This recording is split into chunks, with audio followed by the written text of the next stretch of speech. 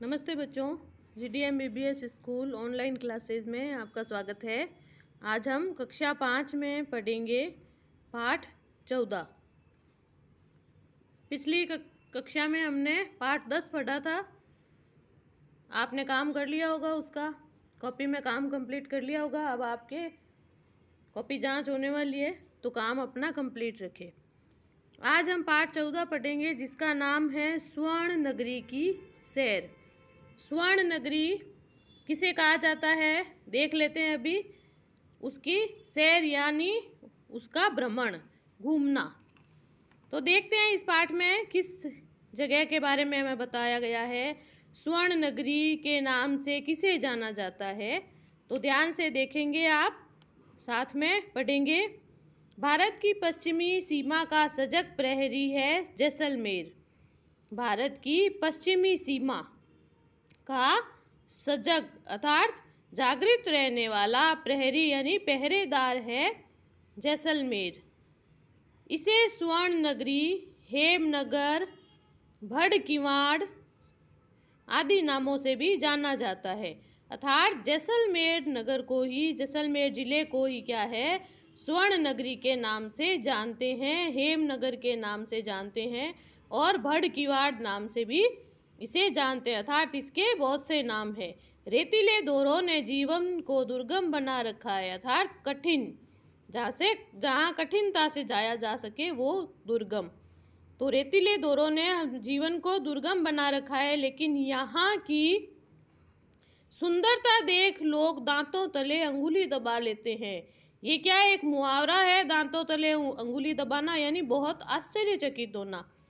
तो यहाँ की अर्थात जैसलमेर की सुंदरता को देख लोग इतने आश्चर्यचकित होते हैं। हमने सुना था, जिस प्रकार लाखों लोगों के अंगूठे पर बनी रेखाएं मेल नहीं खाती, वैसे ही स्वर्ण नगरी विश्व के किसी शहर से मेल नहीं खाती है। अर्थात जिस प्रकार हमारे हाथ की अंगूठे की रेखाएं अलग अलग होती है, किसी से भी मिलती नहीं है, वैसे ही यह जैसलमेर जो जिला है वह भी किसी भी विश्व के जिले से, शहर से क्या है, मेल नहीं खाता, उसके जैसा नहीं लगता। इतनी सारी बातें सुनने के बाद हमारी पूरी 5वीं कक्षा के विद्यार्थियों ने घूमने का निर्णय किया।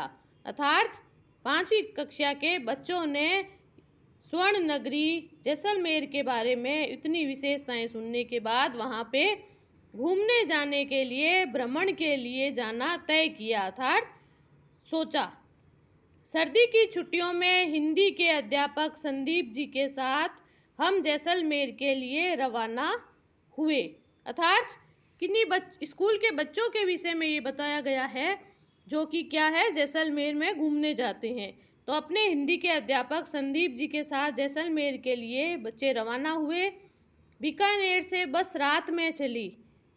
बरकत, मुरली, रोनित, किशोरी और हम सभी हंसी खुशी मजाक करते सो गए। ये बच्चों के नाम हैं। बस कहाँ से चली, बीकानेर से चली।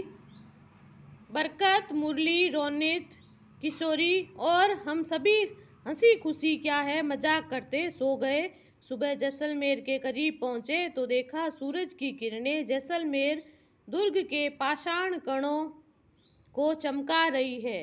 अर्थात सुबह जब सूर्य निकलता है तो जैसलमेर दुर्ग पे जब सूर्य की किरणें पड़ती है तो ऐसे लगता है कि उसके पत्थर के कणों को वो चमका रही है सूर्य की किरणें। अर्थात ऐसे वह पत्थर चमकते हैं जैसलमेर दुर्ग के। दुर्ग यानी किला होता है। जैसलमेर पहुँचे, होटल में ठहरे, तैयार होकर फिर बच्चे घूमने निकले। सबसे पहले किले को देखना तय हुआ और बच्चों ने सबसे पहले जैसलमेर के किले को देखना तय किया कि किला देखने जाएंगे। किला त्रिकुट पहाड़ी पर बना हुआ है। वह किला, जैसलमेर किला त्रिकुट पहाड़ी पर बना हुआ है, ध्यान रखोगे आप। इसलिए इसे त्रिकुटगढ़ नाम से भी जाना जाता है। त्रिकुट पहाड़ी पे है, इसलिए इस किले को त्रिकुटगढ़ नाम से भी जानते हैं। महारावल राव जैसल ने इसका निर्माण करवाया। महारावल राव जैसल ने इसको बनवाया, निर्माण यानी इसको बनवाया। हम प्रथम पोल अखे पोल से होते हुए दुर्ग के ऊपर पहुंचे। प्रथम पोल क्या है? अखे पोल।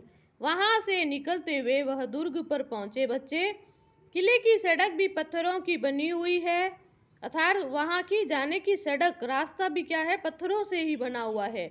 वहां हमने रंग महल, मोती महल, जैन मंदिर देखे। अंडरलाइन कर लेना आप लोग भी, वहां पे कौन कौन से है महल? रंग महल, मोती महल और जैन मंदिर बच्चों ने देखे। लक्ष्मीनाथ जी के दर्शन भी किए। ये आप ध्यान रखोगे कि वहाँ पे क्या क्या देखने लायक वस्तुएं हैं, कौन कौन सी जगह है देखने लायक, उनके ही क्या है नाम बताए गए हैं। इनके पत्थरों पर कलात्मक खुदाई वाली देवी देवताओं की प्रतिमाएं बनी हुई है। इनके पत्थरों पर कलात्मक अर्थात जिसपे कलाकारी की गई हो, कारीगरी की गई हो, ऐसी खुदाई वाली देवी देवताओं की प्रतिमाएं बनी हुई है। दुर्ग के चारों ओर 99 बुर्ज है। दुर्ग के ऊपर क्या है? 99 बुर्ज बने हुए हैं। ये बुर्ज दुर्ग को मजबूती प्रदान करते हैं। ये बुर्ज क्या है? दुर्ग को, किले को क्या है? मजबूती प्रदान करते हैं, अर्थात ऊपर जो बने हुए हैं ये बुर्ज इनको मजबूती प्रदान करते हैं। इसे हवेलियों व झरोखों की नगरी भी कहते हैं। यहाँ पे हवेलियाँ अधिक है और उनमें जो खिड़की टाइप से जो झरोखे बने हुए हैं, इस कारण इसलिए इनको हवेलियों व झरोखों की नगरी भी कहते हैं। यहाँ पे पटवों की हवेली, नथमल की हवेली, सालम सिंह की हवेली आदि दर्शनीय हवेलियां हैं, अर्थात देखने योग्य हवेलियां हैं। कौन कौन सी है? इससे आपके प्रश्न बनेंगे, इसलिए ये ध्यान से देखोगे। यहाँ पे पटवों की हवेली, नथमल की हवेली और सालम सिंह की हवेली दर्शनीय है, अर्थात देखने योग्य हवेलियां हैं। इनके झरोखों पर की गई नक्काशी, अर्थात हाथ से खुदाई करके जो बनाए जाते हैं, कलाकारी की जाती है, उसे कहते हैं नक्काशी। इनके झरोखों पर की गई नक्काशी लाजवाब है, अर्थात बहुत अच्छी है। इनका सौंदर्य देखकर हम आश्चर्यचकित रह गए। हवेलियां देखने के बाद हम गड़ीसर गए। यह तालाब सदियों से यहाँ के बासिंदों की प्यास बुझाता आया है। यहाँ का प्रत्येक पत्थर सौंदर्य बिखेरता नजर आता है, अर्थात सुंदरता बिखेरता नजर आता है। इसी की पाल पर मुक्तेश्वर मंदिर व बगीचियाँ बनी हुई है। दर्शन मोहित अनुराग को थकान महसूस होने लगी, अर्थात बच्चे जब घूम रहे थे तो उन बच्चों में दर्शन मोहित और अनुराग को क्या है? थकान सी महसूस होने लगी। हम होटल में जाकर आराम करने लगे। दूसरे दिन हमने बादल विलास और जवाहर विलास देखे। अमर सागर के जैन मंदिर व कुलधरा देखकर हम सम पहुँचे, अर्थात अमर सागर के जैन मंदिर और कुलधरा देखकर हम सब पहुँचे। वहाँ रेत का अथाह समंदर हमें बरबस ही अपनी ओर खींचता है। सब में क्या है? रेत का भंडार है, रेत का अथाह समंदर है, यानी अत्यधिक रेत है, जिसे देखने के लिए वह स्थान अपनी ओर खींचता है। हम सम के दौरों की मखमली रेत पर खूब नाचे। सम के क्या है? दौरे हैं, मिट्टी के ऊंचे ऊंचे दौरे बने हुए हैं, टीले बने हुए हैं। वह मखमली रेत पर बच्चों ने खूब नाच के आनंद उठाया। वहाँ ऊंट की सवारी ने बहुत रोमांचित किया, अर्थात वहाँ पे दौरों पे ऊँटों की सवारी करके बच्चों ने बहुत आनंद उठाया। सूर्यास्त ने अपनी लालिमा बिखेरी और हम जैसलमेर लौट आए। सूर्यास्त होने पर क्या है? अंत में सूर्य लाल रंग का दिखाई देता है, तो सूर्यास्त ने अपनी लालिमा बिखेरी और बच्चे जैसलमेर लौट आए। रात में केर सांगरी, पंचकुट्टा की सब्जी व दाल बाटी चूरमा का आस्वादन किया। हमारे राजस्थान का प्रसिद्ध भोजन है ये केर सांगरी, पंचकुट्टा की सब्जी, दाल बाटी चूरमा। तो बच्चों ने इसका स्वाद चखा, आस्वादन किया। अगले दिवस बड़ा बाग की छतरियाँ और वुड फॉसिल पार्क को देखा। बस का रुख पोकरण की ओर हुआ। बस को पोखरण की ओर मुड़ा। पोखरण का शक्ति स्थल देखकर सभी का सीना गर्व से फूल गया।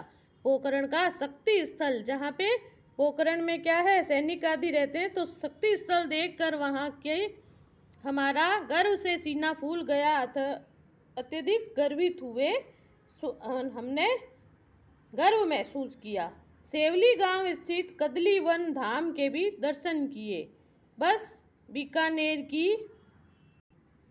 और सब जगह घूमकर बस फिर क्या है, बीकानेर की ओर फिर से चल पड़ी। लौटने के लिए हम सभी आज भी इस यात्रा को याद करते हैं और क्या है, रोमांचित हो जाते हैं। उस समय खींचे गए चित्र आज भी उस यात्रा की याद ताज़ा कर देते हैं। वास्तव में यह यात्रा क्या है, भुलाए नहीं भूलती। जैसलमेर और बाड़मेर की ओर जाने पर क्या है, जैसलमेर शहर से 15 किलोमीटर दूर आकल गांव में भी क्या है, दर्जनों पेड़ थे जो हजारों वर्षों तक विभिन्न मौसम की चोट सहते सहते पेड़ों की लकड़ी जो पत्थर में क्या है बदल गई। उस पार्क को राज्य सरकार द्वारा संरक्षित किया गया है। इस पाठ को आप स्वयं पढ़ेंगे और समझेंगे, वापस से इसका अभ्यास करेंगे और ये शब्दार्थ अपनी कॉपी में करना है। फिर मैं इसकी PDF भेज दूंगी, ठीक है। अगली कक्षा में हम इसके अभ्यास प्रश्न देखेंगे। धन्यवाद।